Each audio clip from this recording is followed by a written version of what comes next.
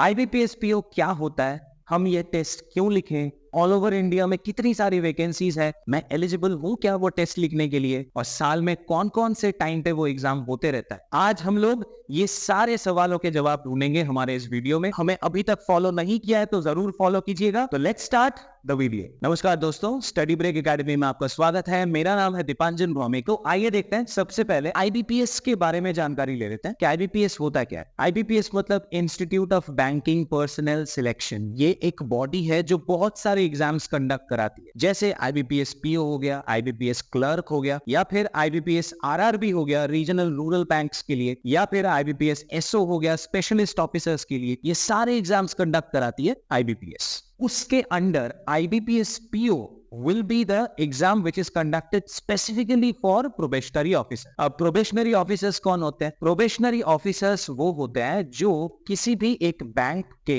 Core decision making team में रहते हैं। जैसे बैंक का इन्वेस्टमेंट प्लान कैसा होगा, या फिर मान लीजिए लोन प्रोसेसिंग एंड अप्रूवल, उसमें किस तरह का डिसीजन होगा, या फिर मान लीजिए कोई क्लाइंट है, क्लाइंट के किसी अकाउंट में डिस्क्रिपेंसीज है, तो वो इश्यूज कौन रिजॉल्व करेगा, ये सारा काम प्रोबेशनरी ऑफिसर्स करते हैं, राइट। तो उनके पोस्ट में जाने के लिए in different types of public sector banks all over India accept SBI. SBI के लिए अलग से एग्जाम होता है, एसबीआई पीओ, उस पे भी मैंने एक अलग से वीडियो बना दिया है जिसका लिंक मैंने डिस्क्रिप्शन में डाल दिया है, आप जरूर देख लीजिएगा। तो एसबीआई छोड़ के इंडिया में बाकी 11 पब्लिक सेक्टर बैंक्स, जैसे for example bank of Maharashtra, central bank of India, bank of India, union bank of India, UCO bank, bank of Baroda etcetera, ऐसे 11 पब्लिक सेक्टर बैंक्स पार्टिसिपेट करते हैं आईबीपीएस पीओ में। उनमें जो प्रोबेशनरी ऑफिसर का post रहता है, उस पोस्ट में जाने के लिए ये एग्जाम लिखा जाता है। अब आते हैं दूसरे सवाल पे, why should I take the test, ये टेस्ट हम लोग क्यों लिखे।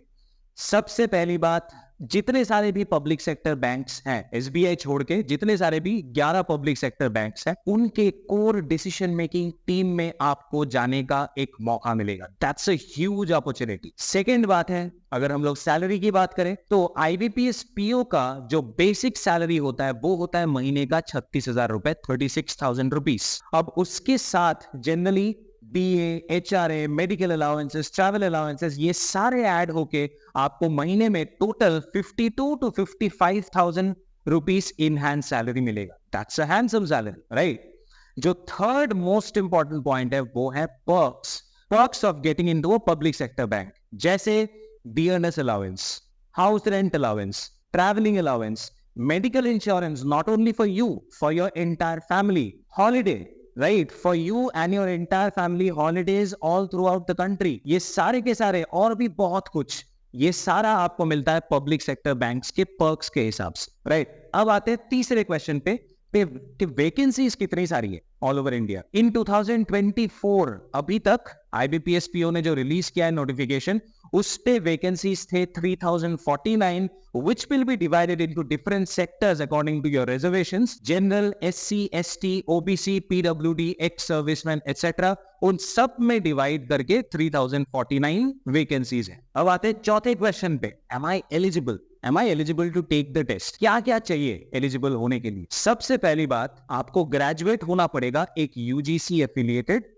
कॉलेज से, राइट। एंड सिर्फ ग्रेजुएट नहीं, आपको 60% से ज्यादा मार्क्स भी चाहिए ग्रेजुएशन। ये हो गया पहली बात। दूसरी बात है आपका एज। अगर आप एक जनरल कैंडिडेट हैं तो आपकी उम्र 20 से 30 साल के बीच में होनी चाहिए, जहां पे भी आप मैक्सिमम 4 बार ये एग्जाम लिख सकते हो, उससे ज्यादा नहीं। अगर आप एससी या एसटी कैटेगरी से बिलोंग करते हैं तो आपको 5 साल एक्स्ट्रा रिलैक्सेशन मिलता है। अगर आप एक ओबीसी कैटेगरी से बिलोंग करते हो तो आपको 3 साल एक्स्ट्रा रिलैक्सेशन मिलता है। अगर आप पीडब्ल्यूडी सेक्शन से हो, पर्सन विद डिसेबिलिटी, तो आपको 10 साल का रिलैक्सेशन मिलता है। अगर आप एक्स सर्विसमैन हो, मिलिट्री आपने सर्व किया है मिनिमम 5 साल, तो आपको 5 साल का रिलैक्सेशन मिलता है। अगर आप जम्मू एंड कश्मीर डोमिसाइल के हो, जहां पे 1 जनवरी 1980 से लेके 31 दिसंबर 1989 तक, इस पूरे टेन्योर में आपका एक डोमिसाइल है जम्मू एंड कश्मीर का, देन आपको 5 साल का रिलैक्सेशन मिलता है। या फिर अगर आप 1984 रायट के विक्टिम हो, आपकी फैमिली, देन आपको 5 साल का रिलैक्सेशन मिलता है। So this is entire thing about eligibility. Last India में एग्जाम्स कब कब होते हैं पूरे साल में? ऑलमोस्ट लगभग हर साल आईबीपीएस पीओ का एग्जाम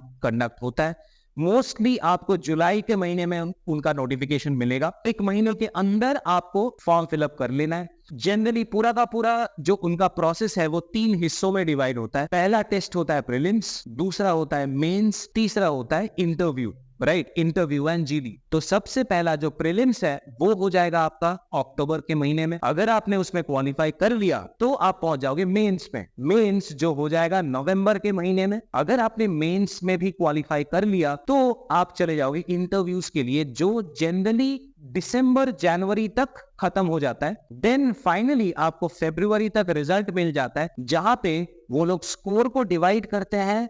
मेंस पे रहता है 80% of the score and interviews पे रहता है 20% ऑफ द स्कोर। टोटल मिला के अगर आप क्वालिफाई कर गए तो नौकरी आपके हाथ में। दोस्तों, अगर आपको ये वीडियो अच्छा लगा, अगर आपको ये इंफॉर्मेटिव लगा, तो जरूर हमें कमेंट सेक्शन में बताइएगा। अगर आपके मन में कोई सुझाव है, अगर आप चाहते हैं कि हम पर्टिकुलरली किसी एक टॉपिक पे वीडियोस बनाएं, तो जरूर वो भी हमें कमेंट्स में बताइएगा। मैंने वेबसाइट का लिंक और कॉन्टैक्ट नंबर दोनों डिस्क्रिप्शन में डाल दिया है। Please like, share and subscribe our channel. जय हिंद।